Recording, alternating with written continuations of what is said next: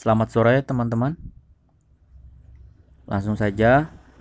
Di pertemuan kali ini kita masih membahas tentang review tugas dari mata kuliah. Jadi sebelum itu saya ingin mengatakan bahwa bagaimanakah kabar kalian yang tengah belajar di tengah-tengah pandemi virus corona ini. Kita di seluruh dunia sedang bersama-sama menghadapi virus ini. Semoga cepat sembuh dunia ini, cepat dipulihkan agar bisa kembali seperti biasa. Di sini saya akan mereview tugas dari mata kuliah manajemen instalasi komputer. Jadi di sini tugasnya itu suruh bikin makalah. Makalahnya berisi tentang backup energi listrik. Kurang lebih seperti itu. Jadi di sini sudah ada makalah yang saya buat.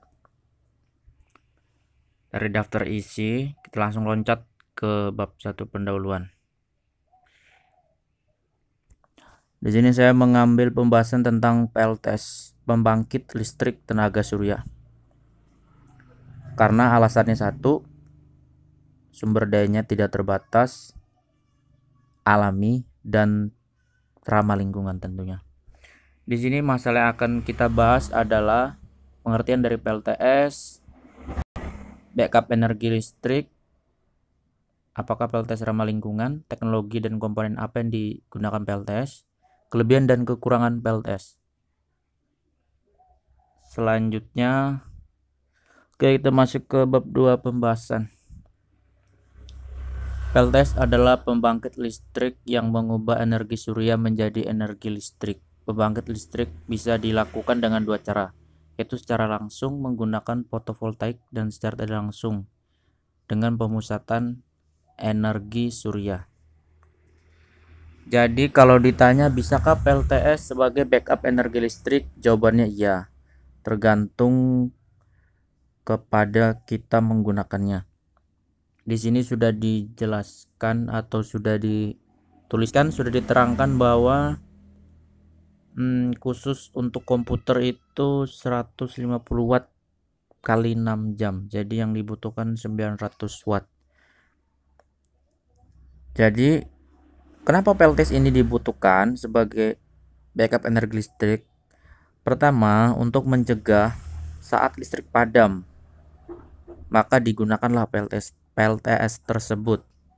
Itu gunanya. Untuk komputer maksimal 900 watt hour.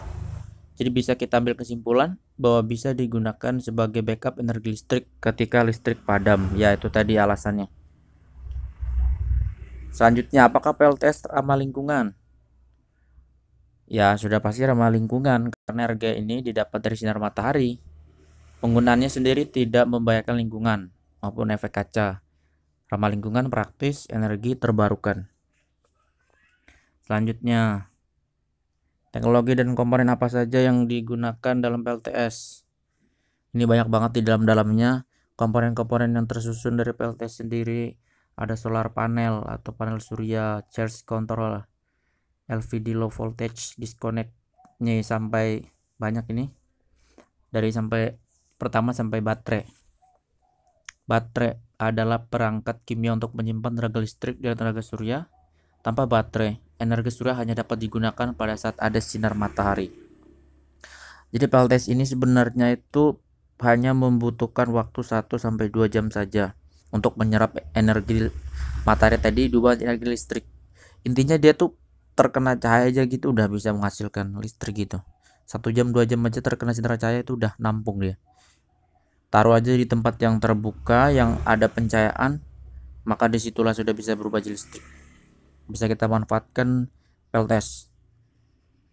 Ya, kelebihan dan kekurangan PLTS apa aja?